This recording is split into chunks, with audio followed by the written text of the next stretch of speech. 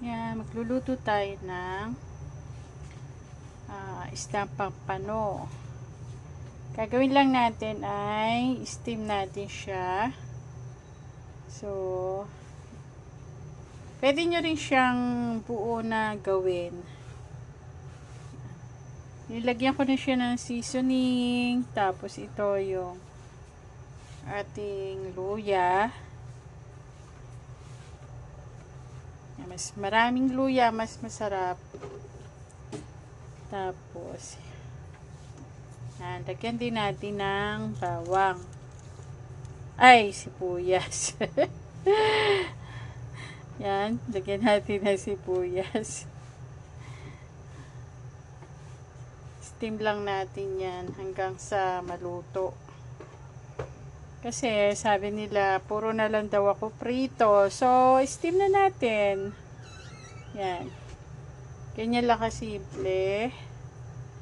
Tapos titimplahan natin yan ng asin.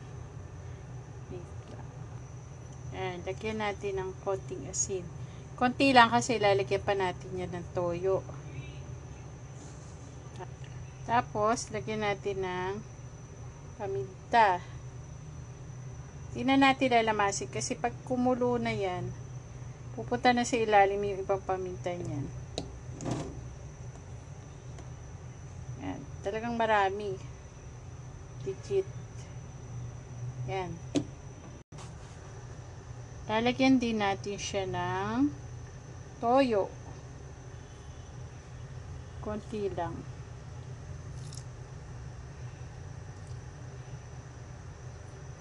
Yan. Okay na yan. Lagyan natin siya ng konting tubig. Konti lang. Yan. Tapos, puputpuran ko ng konting asukal. Konti lang. Para medyo may tamis lang yung ating pampano. Yan. Steam lang yung ating fish pampano. Pakuluan lang natin yan hanggang 20 minutes kasi madali lang naman maluto yung ating isda. So, mas lagyan natin siya ng dahon ng sibuyas. Yan. Dahon ng sibuyas.